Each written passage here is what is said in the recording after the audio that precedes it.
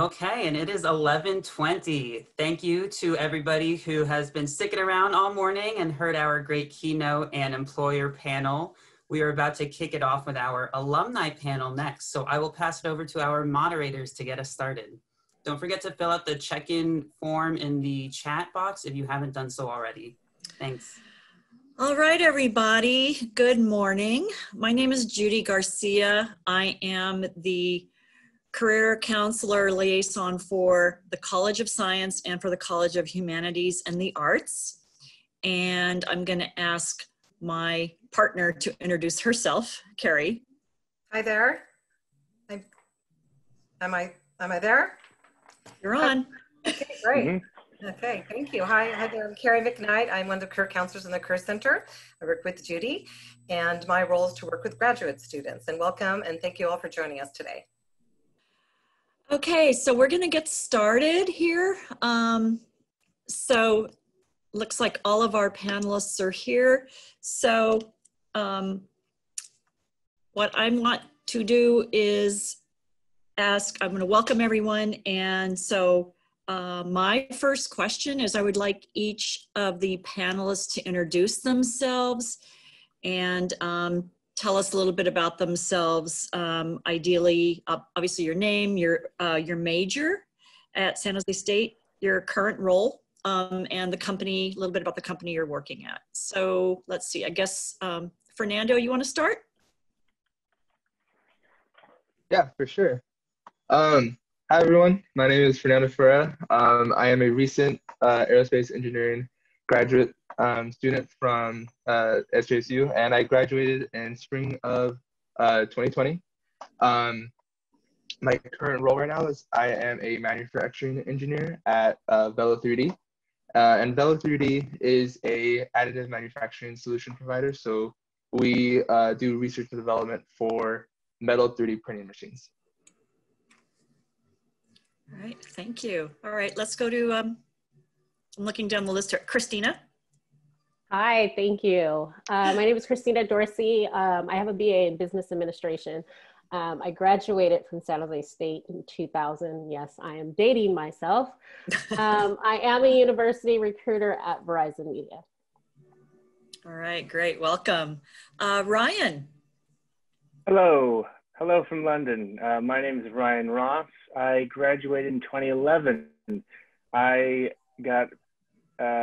studied advertising and I studied political science, and I went into the world of media, and now I work at a company called Bright Talk, which is a webinar company, which is very popular right now, and I'm the editorial director for content focused on investment management and financial services. And I graduated in 2011, so really happy to be here and happy to share all these, share some ideas with the people in the audience. Terrific, welcome. All right, Sarah. Hi everyone, my name is Sarah Lopez and I'm the Director of Communication and Community Engagement for the Dublin Unified School District. And when I went to San Jose State University, I majored in public relations. So I graduated from the School of Journalism and Mass Communication in 2009. And what I do at Dublin Unified is I work directly for the superintendent. So I'm a ghostwriter. So I write everything for him as well as, all of our principals. I handle crisis communications as well as brand management. Great. All right. And Marjorie. Hi, my name is Marjorie Cartwright. My major was in English with a concentration in professional and technical writing, and I'm currently working for the city of San Jose as a contracted technical writer. All right. Well, welcome to everyone. So we will get started. Thank you for having us. For those introductions. So what we'd like to do is ask a question to each panelist to respond to, and then we'll give other panelists just a brief moment to jump in and share a little bit about your background experience related to that question. So first we'd like to start with you, Sarah. And if you could start us off with answering the question, why did you choose your program and major at San Jose State? And were there any particular on-campus resources or clubs that help you succeed within your choice of study within your major? Of course. Well, I chose to study public relations when I got to San Jose State University, and I actually changed my major about 3 or 4 times. And the question that I constantly asked myself was, what do I like to do? And I realized that I really love to write, and I really love to engage with people and communicate. So I ended up working in the mass journalism and mass communications building, kind of trying to figure out my major. And right when I took my first PR class, I realized this is easy to me, and this is exactly what. Can you still hear me? Did I come back? There we on? go. There you Okay. are. Okay. Of course, my internet is unstable right when this happens, so I might log on a different platform. But one of the on-campus resources that really helped me was the Latino Business Student Association. It was something that I joined when I was a freshman, and I stayed with it for 4 years. And through that organization, I was able to learn a lot of communication skills, how to network, and even what business casual meant. So that was a really great on-campus resource that I was able to use. And Okay. Okay, thank you, Sarah. We invite any of the panelists just to jump in here if you want to share a little bit about an on-campus resource and a little bit about why you chose your program or major at San Jose State. I will go ahead. So I chose business administration because I actually did not know what I wanted to do. And I felt this was more of a broad focus that can fit into many different fields, such as human resources, procurement, operations, owning my own business, which I happen to do down the line. So just being undecided kind of forced me to go into that direction. As far as on-campus resources, there was many. Unfortunately, I couldn't take part in a lot because I was working full-time and I also had an infant. So I kind of had to focus more on my schoolwork than, you know, actually taking part in extended resources, but they were made available to me. Thank you, Christina. Anybody else for the first question? Yeah, I chose my major for aerospace engineering. I actually knew what I wanted to do back in high school as a sophomore, and I was really lucky to have a passion for aerospace engineering. But really, some key resources and clubs on campus that helped me be successful in my major were the AIAA. That is the American Institute of Aeronautics and Astronautics. It's a student-run organization on campus by which I helped grow and was president for a year. And one of the other biggest resources at SJSU was this conference. And actually, I participated in the previous 2 years that we've had this conference. And I've walked away feeling very inspired and very motivated to be more involved in some of the organizations and resources on campus. Okay, thank you so much. Judy has the next question actually for you, Fernando, so if you'd like to just stay there, and Judy's going to ask you the next question. There we go. All right. All right, here's the next question. So did you have a college project, internship, or student leadership role that helped you obtain critical experience that led to your first job out of college? So Fernando. Fernando. So Okay. we'll let you answer this one. Yeah, so I've had all 3 of those, luckily. I had a senior project in my last year at SJSU. That was a really cool learning experience because I got to work with other students very closely, and it helped build my communication and teamwork skills. I had an internship at a subtractive manufacturing, a machine shop, and that was really cool because I got to learn how like a company would operate. I previously didn't have any experience working for a company before that, so I learned a lot there too. But my biggest experience was that leadership role at AIAA, the student organization on campus. And through that leadership role was as president and as one of the organizing officers, I really had the chance to lead a team and build kind of those leadership skills that are necessary to help others be successful and to help mentor people and guide people. And one of the biggest things I learned was how to mitigate conflict and resolve disputes and kind of some of the issues that might arise within a team and help everyone kind of get along. That's great. All right. Anyone else want to jump in and answer this question? Yeah, I have an odd story about this. The question is, do we have a project or internship that led to critical experience? And I was on the Associated Students Board. I was the director of communications. This is 2011. The president of the AS, his name was Tomasz Kłodziak, and we became really good friends. I met his dad one night at a restaurant. We were having dinner, and this was like right up until the edge of graduating. And this guy's from Poland, and he ran a hotel in Poland. And I graduated. I'm like, I need something to do. So I emailed him. I'm like, do you have any friends that have internships in Poland? And he's like, we'll figure something out. And so he offered me this internship in Poland, and I took the internship. It was a month long. I lived in a hotel. I created an HR policy for them.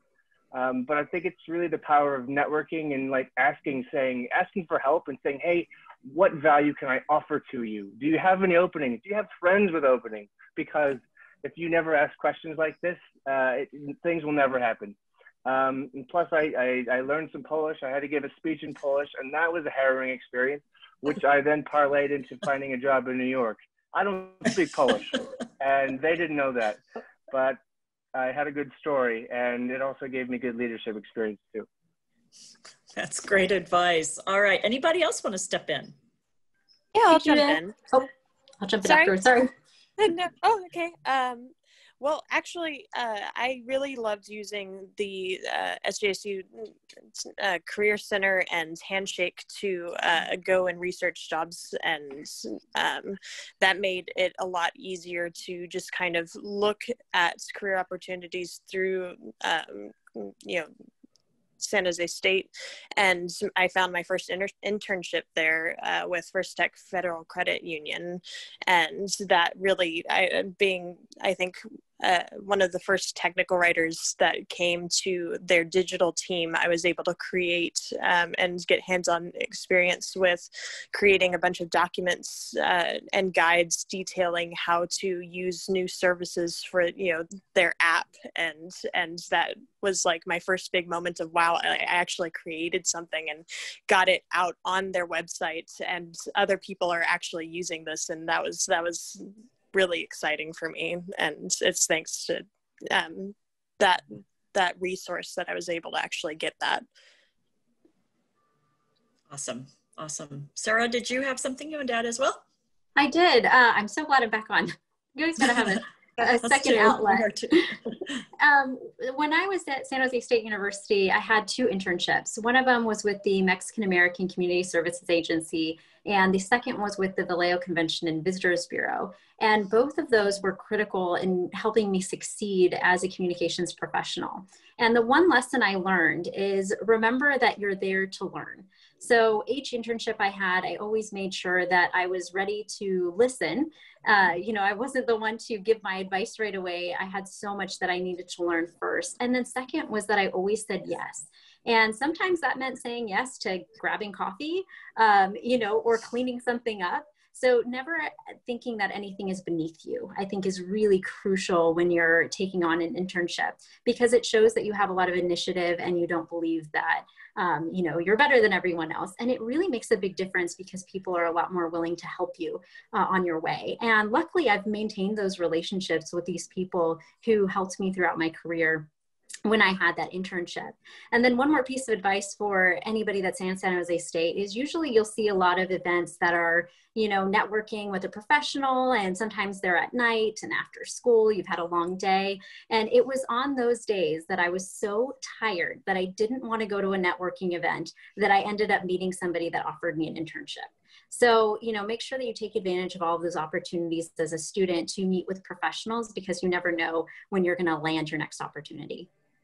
That's great. Great advice. All right, Kerry. Okay, so we're going to go to the next question. This is for you, Ryan, to kick us off. Beyond a leadership title, and what have you done in your career to demonstrate leadership? So maybe just some examples of how you've demonstrated leadership throughout your career. Sure. You know, I kind of want to even extend this to beyond the career and just in life, because I think, you know, they say life, art mimics life, or whatever the phrase is. So I think there's a lot of opportunities to take what you've learned in life and to apply that to work. So I'm actually going to give you guys an example of a problem that I ran into, and I thought, how can I make this a great experience so I can learn from it, right? And the problem was that a year ago or 2 years ago, my wife threw me a great birthday party. And I'm like, I really have to do something cool. And that sounds strange, but I needed to make hers 10 times better than mine because I love my wife. So what I did was I planned a trip for her. And I found 10 of her friends. And I said, guys, I'm going to plan a trip for you. You're not going to know where you're going, but I want you to pay me 400 pounds each. And we're all going to take a trip for a weekend. And they're like, yeah, let's do it. So I had to first convince these people to pay me to do this. And second, actually put together a trip. And so we live in London. All of our friends are in London. And I booked a flight for Portugal for 10 people, booked an Airbnb. We did a cooking class. We did a street art walking tour. It was a small budget, but I had to, it was kind of an ego thing. I needed to make sure that I gave a better present to my wife than I did that she did to me. And that showed me that I can plan big things. I can convince people to do things that they may be scared to do and pay me for it, which is also a valuable skill. So that taught me a lot about persuasion under pressure. You need to be able to persuade people to do something that's a little bit out of their comfort zone. And all the while, nobody knew what was going on. So it was only me. I had to put all the pieces together and convince people to just go with it. And this was probably one of the highlights of our time here. So persuasion under pressure is a great skill to have. I hope I answered the question correctly, but I feel like stories are a really good way to explain overcoming challenges. No, thank you. I love the story, and I love that you gave examples of how we can develop leadership skills and other strengths and skills outside of just traditional work and careers. Just really throughout our whole lives, we could develop those core competencies and leadership skills. It needs to touch everywhere. Like budgeting is not just for businesses. It should be for your home as well, because your home is a business. Right, love it. Thank you. So anyone else, please share about how you've demonstrated leadership throughout your career or beyond. Anyone else? Okay. All right. No other? I can go. I didn't want to interrupt anyone else. Okay. But a few ways that I was able to show leadership outside of my role is making sure that you volunteer and find opportunities to give back to your community, because you'll learn so much about yourself. So during my time in college, I participated for 8 years in the Miss America organization, which is one of the largest scholarship programs for young women in the world. And through that, I earned over $21,000 in college scholarships. So it gave me a lot, and it paid for a lot of my education at San Jose State University. So right when I aged out at the old age of 24 and I couldn't compete anymore, I became a volunteer. And I was an executive director for 7 years. And it was a complete volunteer opportunity. It was almost like having a full-time job where I taught young women interview skills and how to walk and how to present themselves on stage. But even though I was giving back to them, I was really teaching myself and a lot of those skills that I needed in my communications career. The second was I like to be busy, so I always have a second or third job. I don't know why I do this to myself, but I knew that one of the ways that I could help myself develop my leadership skills is by working as a show announcer at Six Flags Discovery Kingdom. So I've been announcing the sea lion, dolphin, and wildlife shows for the past almost 5 years. And being on stage and having to improvise and work with wild animals is something that really helps me hone my skills. So that way, when I'm meeting with different community members or talking to somebody who's irate or dealing with a lot of different personalities, I'm able to adjust very quickly because I'm constantly working on that skill every weekend. So those are two of the ways that you could also incorporate in your life is volunteering and making sure that you give yourself other work opportunities to hone your skills. Yeah, that's great. Awesome. I have a story for this as well, if you don't mind. Sure. Absolutely. Yeah, so when I first joined the city of San Jose for work, my first project was to help with creating a new tool for contractors, city contractors, the idea being that with this tool, they could submit their paperwork online and it would keep everything organized and show, you know, what still needed to be submitted and approved. And so my role was to help create guides for this new tool, but the team was also depending on me to make note of anything that I noticed that they needed. So when I was looking through everything, I noticed, I was like, have you actually beta tested this product? And they're like, what's beta testing? And so I was like, oh, well, that's really important. And I went off and I helped them lead through the whole process of, like, you know, running test runs and getting set up with a group of like test contractors and showing, and that whole session really helped show any flaws in the system that we needed to fix before the official release, and helped save us a lot of trouble in the long run. And so, you know, despite, you know, your job being one thing, if you see anything that and you feel like your expertise can help in any particular areas, always not being afraid to speak up and you know, show what you know, and it can really like impress people and also, you know, do a lot of good in the long run, even if that's not quote unquote your job. That's a great example. Thank you, Marjorie. Really appreciate that. What else for that question before we move to the next one? Okay. All right. So actually, my next question is for Marjorie. So Marjorie, here you go. How have you adapted your role to the remote workplace? What advice do you have for students to show leadership in a remote workforce? That's a great question. Thankfully, my position as a contractor worker already had me set up working remotely for most of my weeks, so there wasn't much of a transition. However, with my previous example, it's easy to show leadership in a remote workplace by simply taking the initiative and being the one to reach out through email and setting up Zoom meetings and sending out calendar invites. And by taking that, you know, off of other people's plates and actually like going out and being, you know, the one taking charge and initiating, people will admire you for putting yourself out there. Yeah, definitely. All right. So anyone else want to address this question? Yeah, so I agree with Marjorie as well. So I myself, I'm used to working remotely, so it was a very easy transition. Prior with Cisco, I had worked from home for 5 years. At Verizon Media, I was working from home twice a week and going in the office 3 days a week. So it was very simple for me. I can't say too much about my boyfriend. He's going crazy.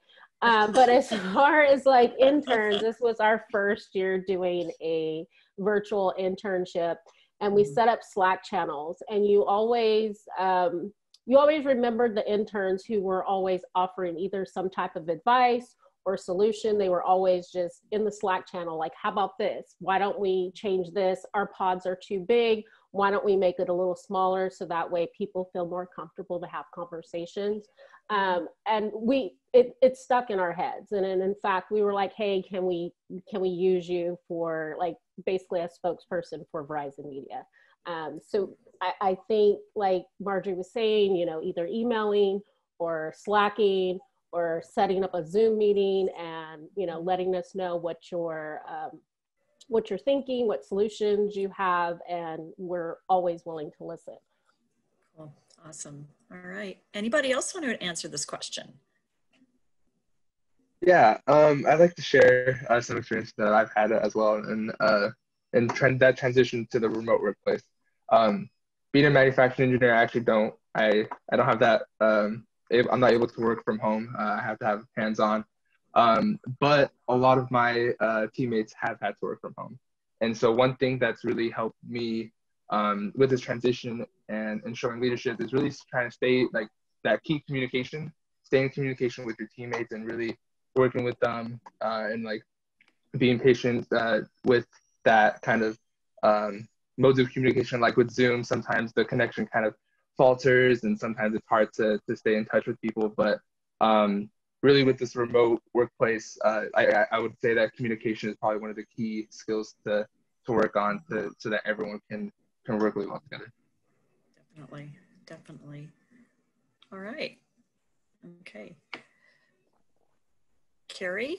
Okay, so Christina, this next question is for you to kick us off. Do you have recommendations for podcasts, books, newsletters, maybe organizations, professional organizations, for example, that students can join or follow to help them develop leadership skills? Yeah, so a few.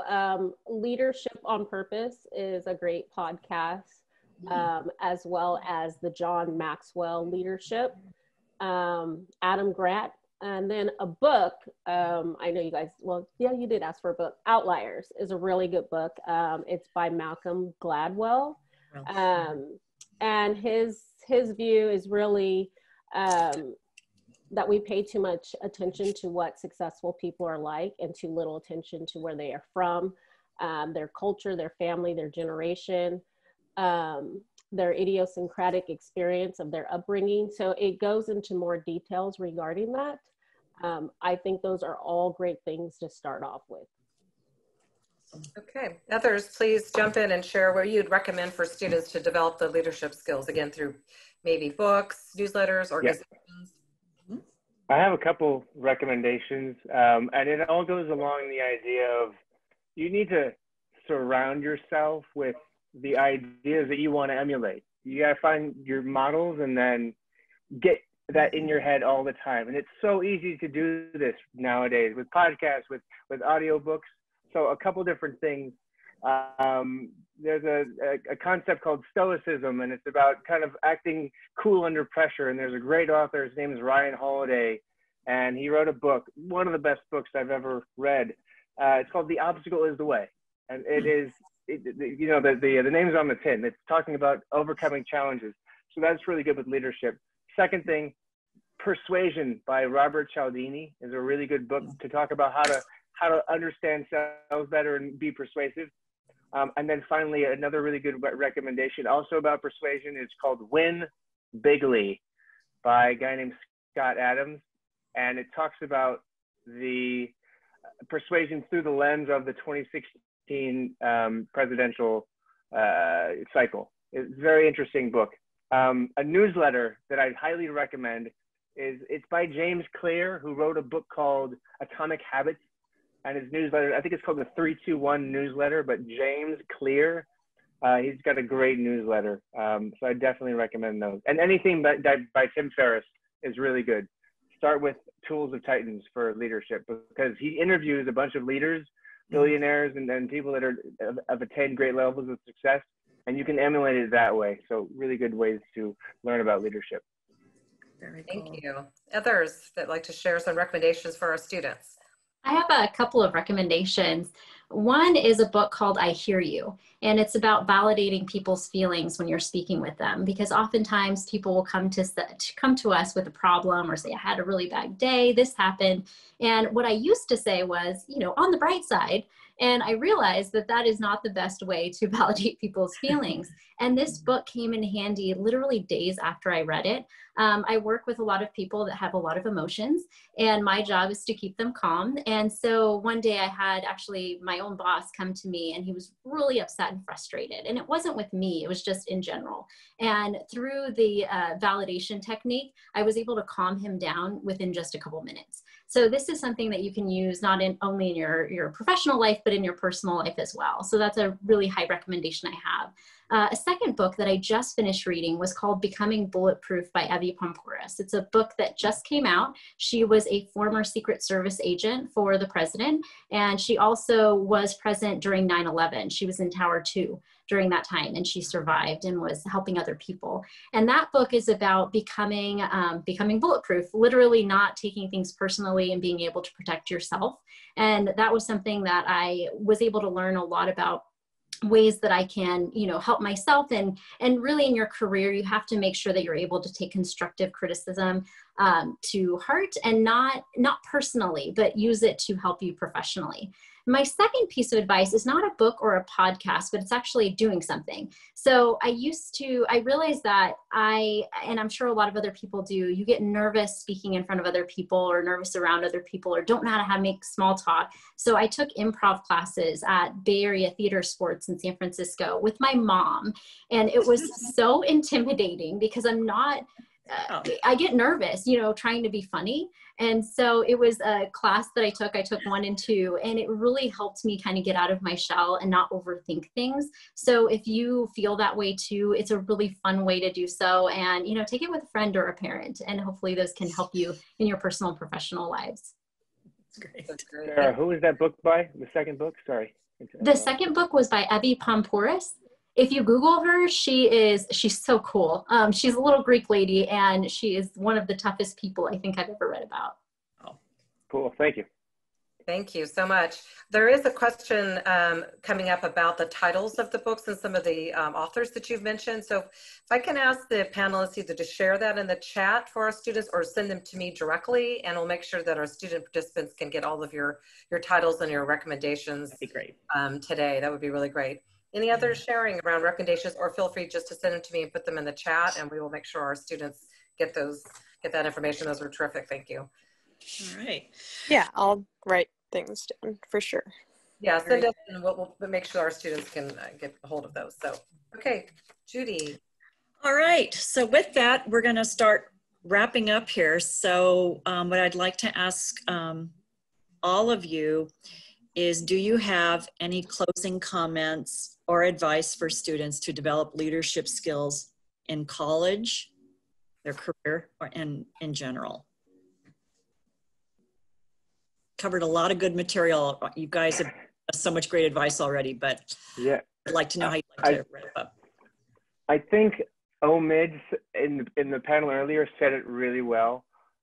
Be about it. If you want to be a leader, then raise your hand and become a leader, because the way to do that and raising your hand, right, is to just be somebody people want to follow. Have a vision, reach out your hand and say, I want to learn about these things. I want to take control, and I want to be that leader. So that's the greatest way to do it. You just start and be about it. Said. All right. And to piggyback off that, if you don't know like how to just like jump into that role or you know, get right into like get into that role running, asking questions to someone who you see in that role would be a really great way for them to help you and to guide you so that you can learn and pick up those skills on your own. And a great way to do that is through the student organizations on campus. A lot of the student organizations on campus have people in those roles, the officers and students who are willing and want to help other students to carry the torch for their organization. And that would be a really good way for you to also network with students who are leaving the student forum and entering the industry. And that way you can stay in connection with them while also building the leadership skills and gaining those experiences. Definitely. Definitely. All right. If I could, Go ahead. Sorry. No, please go ahead. No.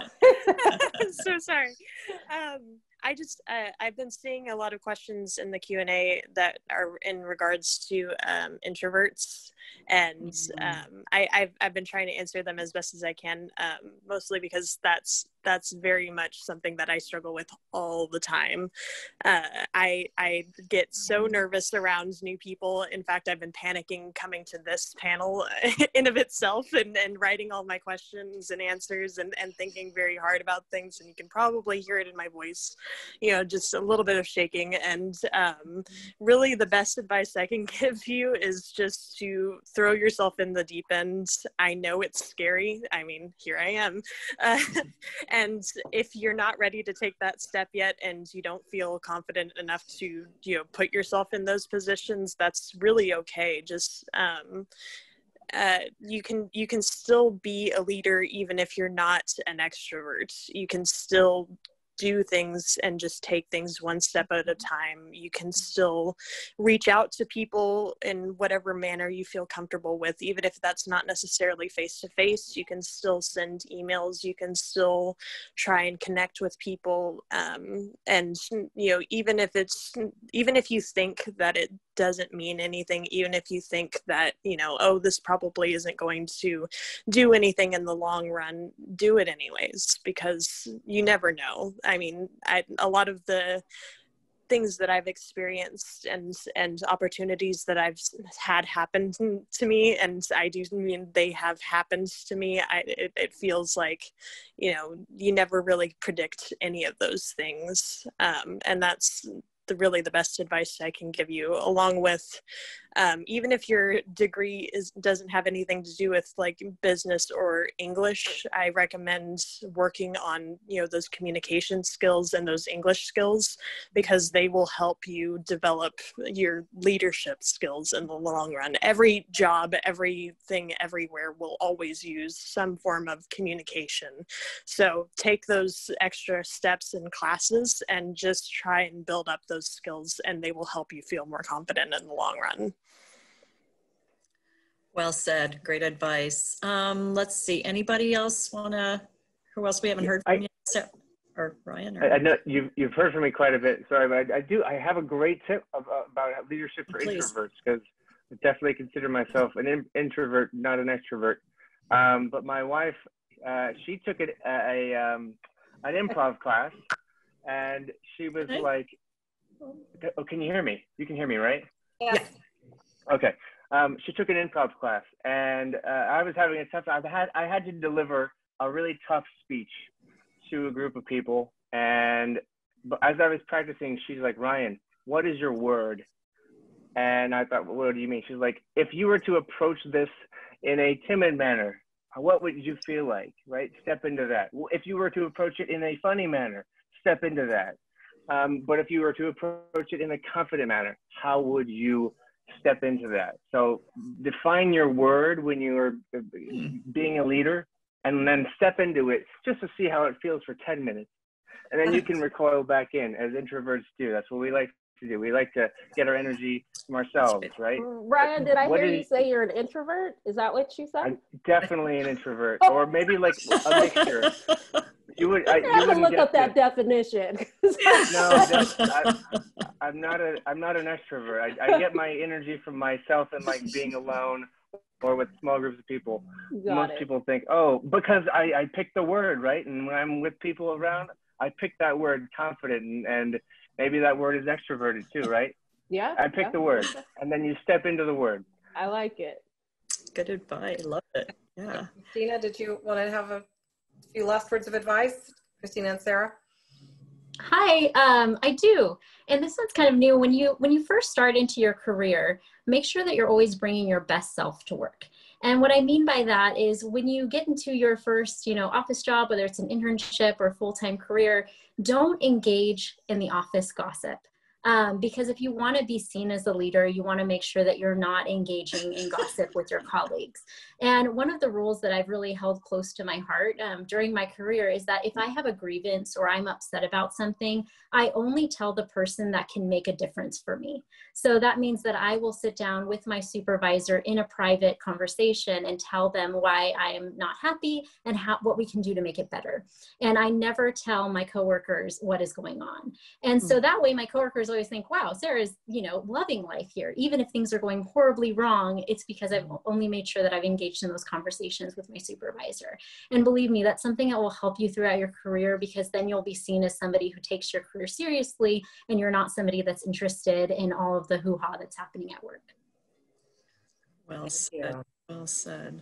And then we have Christina. We have just a couple of minutes. If Christina had a couple of little things she wanted to share briefly to wrap up our panel. Basically what I mean, Marjorie really said it best about the whole introvert. I'm more of an ambivert personally, but don't feel like you, for one, have to be a subject matter expert. If you're trying to learn something new or take the lead on something, you can always ask questions for someone who's been in the role or who has more, or people on the team who have more experience than you.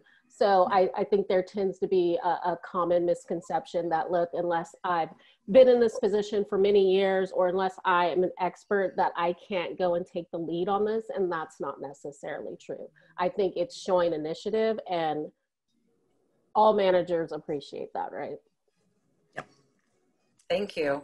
So we have just very quickly have one question. If someone in our panel could take this one last question that came on the chat. How do you assert yourself without coming off as bossy or rude in general interactions as a leader? Anybody have just a quick thought on that?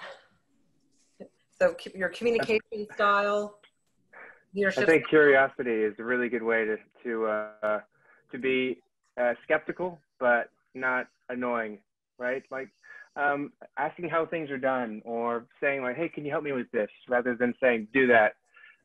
You know, you want to find people that, the leaders should be people that other people cheer for. And it's helpful when the leaders are curious. So I think curiosity is a great way to deflect. Deflect is the wrong word. Is a great way to not come off as bossy, etc. Just my opinion.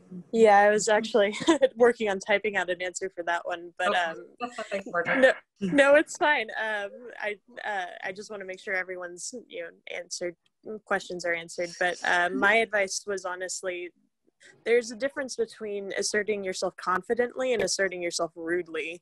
So, you know, as long as you're polite and you smile, you look people in the eye and you're genuine and you be yourself and you say please and thank you and mind your manners, but still be, you know, conscious of how other people are feeling and interacting and being empathetic to those around you. You can still insert yourself or assert yourself in a way that doesn't necessarily come off as rude or you know, being overly aggressive. And I think curiosity, like we said, is also a good tactic. But you know, you using things like yes and instead of shutting people down or interrupting people, you know, and just, you know, making sure to be confident, but you know, if any speed bumps along the way, you know, be like, you know, oh, I'm sorry, you know, oh, go ahead, or you know, being polite. It's really a good way to diffuse that tension and just kind of laughing it off as like, you know, it happens. I mean, we're doing it. We've been doing it this entire Zoom call, and you know, right. It's to be expected. But you know, I'm not going to hold it against anyone, and a lot of that stuff ends up being more in your head than you realize. Okay, thank you. Can I add something real quick? I know we're short on time, but in today's remote workplace, having those conversations might be harder, and having those, like, getting that tone across is a little harder. Mm-hmm. And I've definitely experienced that as well. Absolutely. In the emails and online communication that we go through every day. And so what I've learned and through emails specifically is just being very explicit with kind of being those polite words like please, thank you, and instead of like if you're trying to find a solution to someone, try not to like correct them and just be like, hey, like let's work together on this, or not trying to like point out all the issues, just say, hey, I noticed this, I noticed that, and then try to pose a solution that will work best for everyone in a nice, concise, polite manner. And online, that might be a little harder just because of this remote workplace, but using those words like please, thank you are very vital in my opinion.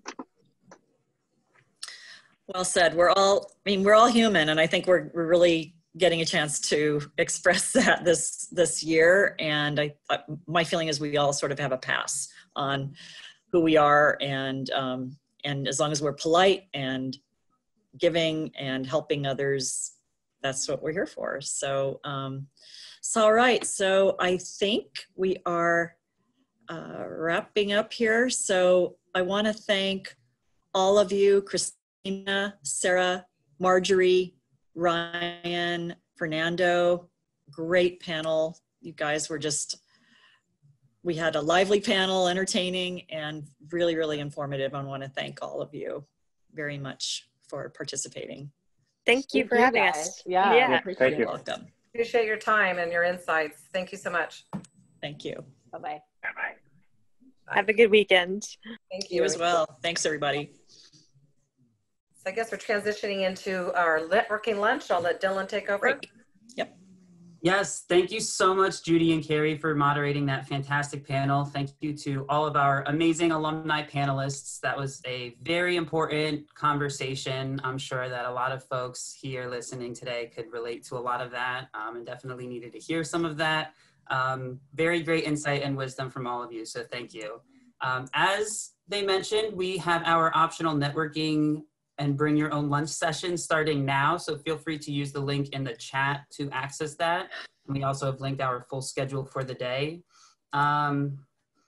We have a few folks, Phil and Dion will be joining us for the networking lunch. And then after that, we have a few breakout sessions that you can choose from. So the first time slot for the breakout session will be 1:30 to 2:30. And we have two different options, one about imposter syndrome and one about finding connections in a virtual world. For that, from 2:45 to 3:15, we have three different options about unconscious bias, how I negotiated a master's degree salary with a bachelor's degree, and a student leader panel. And then we'll have one more time slot after that with three more options, and you can choose from designing your X factor, taking care of your virtual self, and another great student leader panel. We hope to see you at some of our great sessions later on today, and thank you again for joining us.